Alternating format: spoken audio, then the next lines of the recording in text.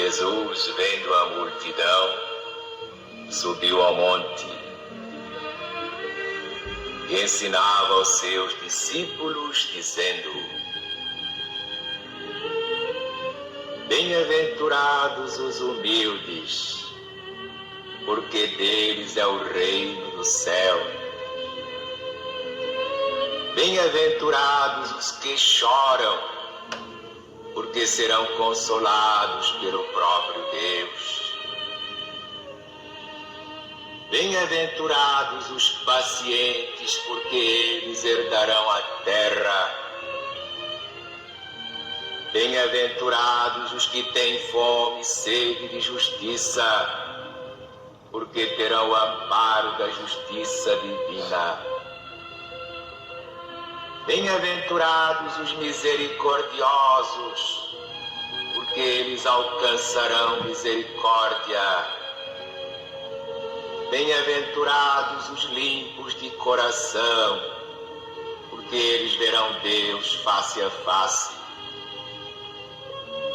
Bem-aventurados os pacificadores, porque serão chamados filhos de Deus. Bem-aventurados os que são perseguidos por causa da verdade, porque deles é o reino do céu. Bem-aventurados sois vós, quando vos perseguem, quando vos injuriam, e mentindo, fazem todo mal contra vós por minha causa. Exultai e alegrai-vos, porque é grande o vosso galardão no céu.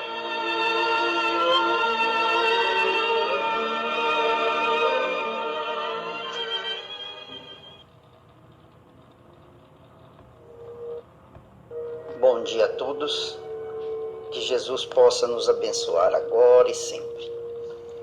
E rogamos a sua infinita misericórdia, Senhor, que abençoe este nosso trabalho da manhã de domingo, nos permitindo a presença dos amigos, mentores espirituais, que tenhamos em nossos lares a presença de amigos espirituais que nos acompanhem nessa tarefa.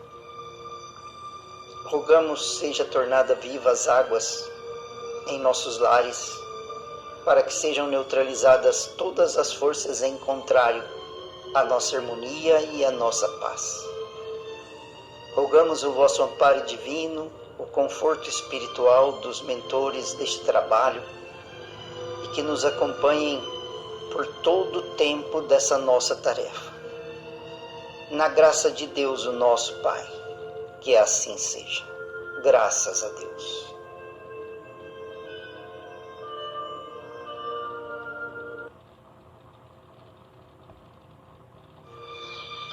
Escolhemos para essa nossa manhã o capítulo 15, Fora da caridade não há salvação, uma passagem do Mestre, e que no nosso Evangelho se intitula O de que precisa o Espírito para ser salvo. Diz assim o Mestre: Ora, quando o Filho do Homem vier em sua majestade, acompanhado de todos os anjos, sentar-se-á no trono de sua glória, e reunidas diante dele todas as nações, separará uns dos outros, como o pastor separa dos bodes as ovelhas, e colocará as ovelhas à sua direita e os bodes à sua esquerda.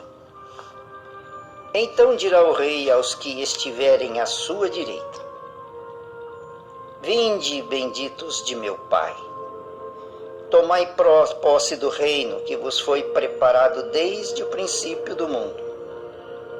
Porquanto tive fome e me destes de comer, tive sede e me destes de beber, careci de teto e me hospedastes, estive nu e me vestistes, achei-me doente e me visitastes, estive preso e me fostes ver. Então responder-lhe-ão os justos: Senhor, quando foi que te vimos com fome e te demos de comer? Ou com sede e te demos de beber? Quando foi que te vimos sem teto e te hospedamos, ou despido e te vestimos? E quando foi que te soubemos doente ou preso e fomos visitar-te?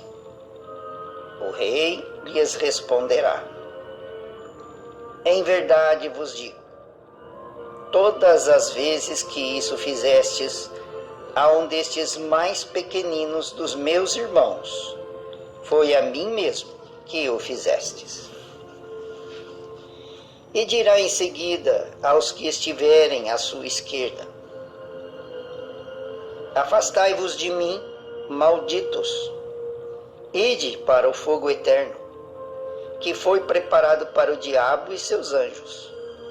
Porquanto tive fome e não me destes de comer, tive sede e não me destes de beber, precisei de teto e não me agasalhastes, estive sem roupa e não me vestistes, estive doente e no cárcere e não me visitastes.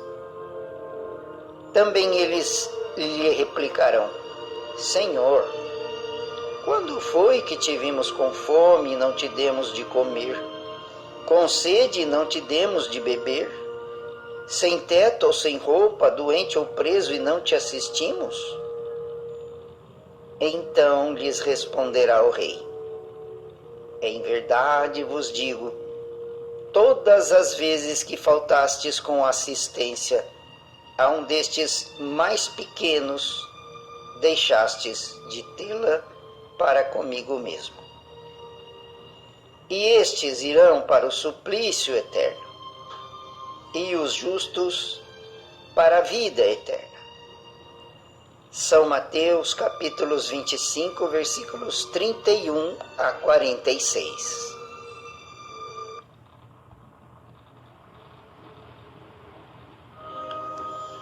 Nesta passagem do Evangelho, Jesus traça um quadro em que ele nos fala de um juízo final, quando todos os filhos de Deus possivelmente seremos julgados dentro desses limites da caridade. Jesus nos ensina nessa passagem como fazermos um exame de consciência na nossa caminhada. Nesse quadro ele traça o valor dos filhos de Deus que não vivem a vida somente para si, num orgulho e num egoísmo enorme. Mas ele nos ensina o quanto nos devemos uns aos outros, na colaboração, na prática da caridade, no auxílio, no conforto espiritual que possamos levar alguém, uma visita ao doente, vestir um amigo ou uma pessoa em grande necessidade, dar de comer àquele a quem tem fome. Então Jesus nos ensina nesse quadro o quanto podemos realizar no mundo em benefício de irmãos nossos que o Pai Criador, o Rei da passagem, classifica como pequeninos no reino de Deus. Todos nós temos essa oportunidade em cada encarnação. Todos nós possuímos condições para poder auxiliar aqueles que estão em condições mais difíceis do que as nossas, ou em condições de penúria, de grande necessidade. Ensina-nos o Senhor o quanto nos é necessário para valorizar a nossa vida, auxiliar o nosso próximo. E seria o cumprimento da segunda lei maior de Deus, amar o próximo como a si mesmo.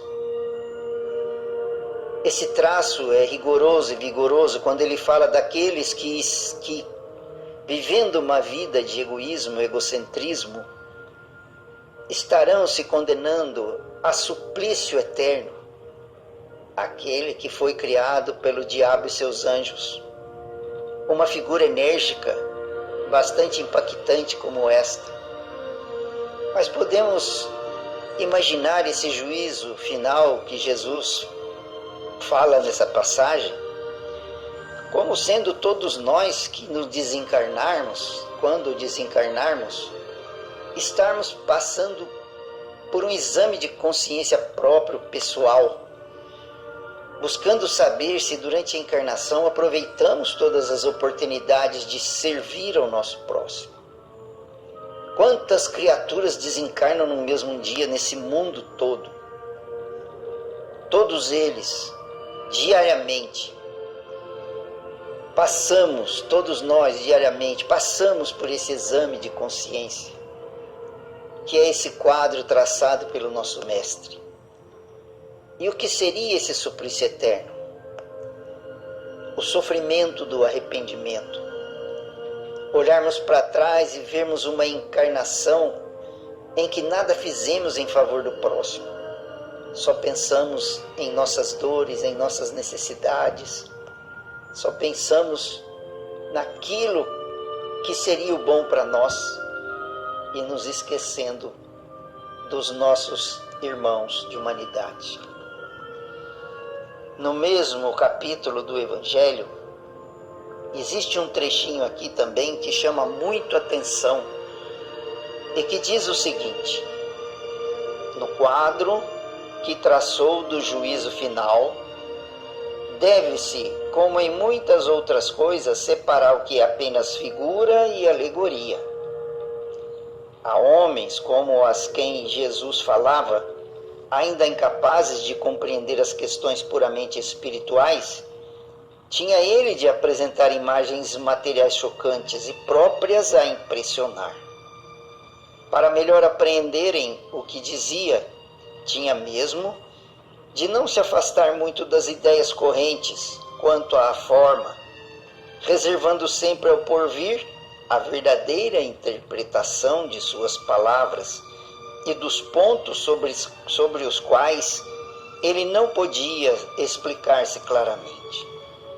Mas, ao lado da parte acessória e figurada do quadro, há uma ideia dominante: a felicidade reservada ao justo e a infelicidade que espera o mal. Naquele julgamento supremo, quais os considerandos da sentença? Sobre o que se baseia o libelo, o julgamento? Pergunta porventura o juiz se o inquirido preencheu tal ou qual formalidade? Se observou mais ou menos tal ou qual prática exterior? Não. Inquire tão somente de uma coisa: se a caridade foi praticada. E se pronuncia assim: passai à direita vós que assististes vossos irmãos, e passai à esquerda vós que fostes duros para com eles. Informa-se por acaso da ortodoxia da fé?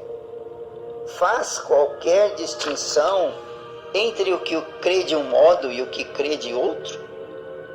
Não, pois Jesus coloca o samaritano considerado herético, mas que pratica o amor do próximo, acima do ortodoxo que falta com a caridade.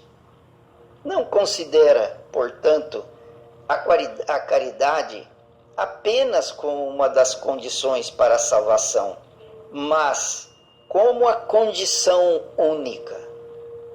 Se outras houvessem a serem preenchidas, ele as teria declinado. Desde que coloca a caridade em primeiro lugar, é que ela implicitamente abrange todas as outras: a humildade, a brandura, a benevolência, a indulgência, a justiça, etc. E porque é a negação absoluta do orgulho e do egoísmo. Vemos assim que esse nosso Evangelho nos traça sempre ensinamentos, roteiros de felicidade já nessa vida presente. Quanto sentimento de tranquilidade sentimos quando somos úteis a algum irmão, algum companheiro, algum amigo. Que sentimento de tranquilidade e paz de espírito sentimos quando usamos deste sentimento de doação, de renúncia, às vezes até de sacrifício, para cumprirmos essa lei do Pai, para podermos usar desse atributo único da felicidade futura, chamada caridade. E o quanto estamos necessitando destes sentimentos, o quanto somos necessitados de agir nesses padrões de fidelidade a Deus, às suas leis, às normas, a tudo aquilo que Jesus nos ensinou quando esteve até nós.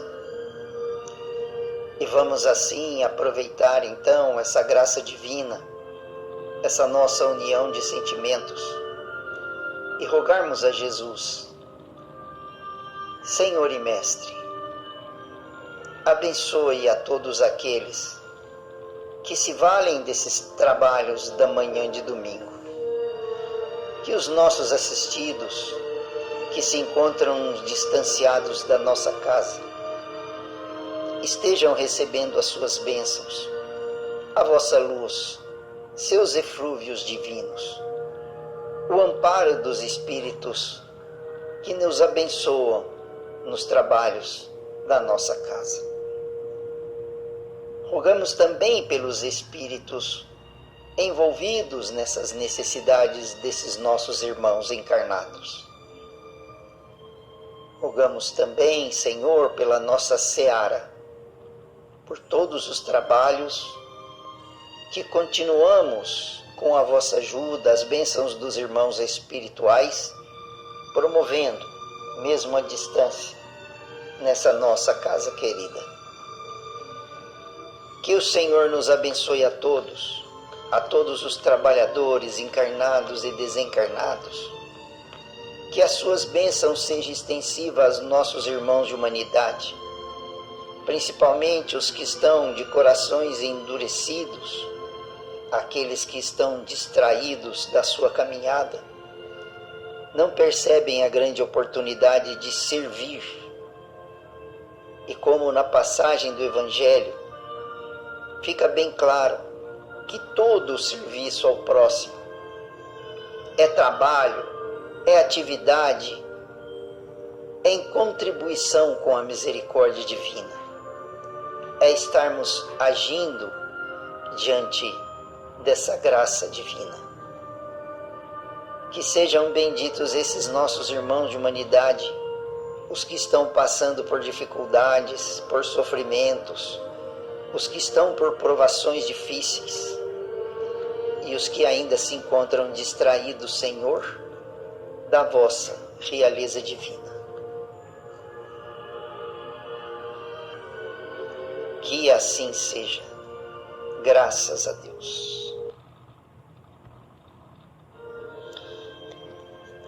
E assim, Senhor, abençoados que fomos pela vossa infinita misericórdia, rogamos possamos encerrar essa tarefa, abençoados na vossa paz.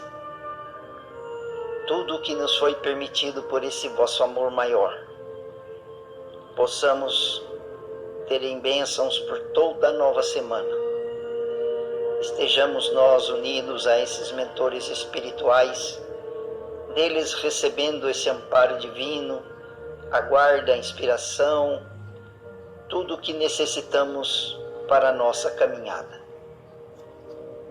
Que sejam benditos esses vossos favores divinos, para todos nós que aqui buscamos sempre o conforto da vossa misericórdia e do vosso amor maior.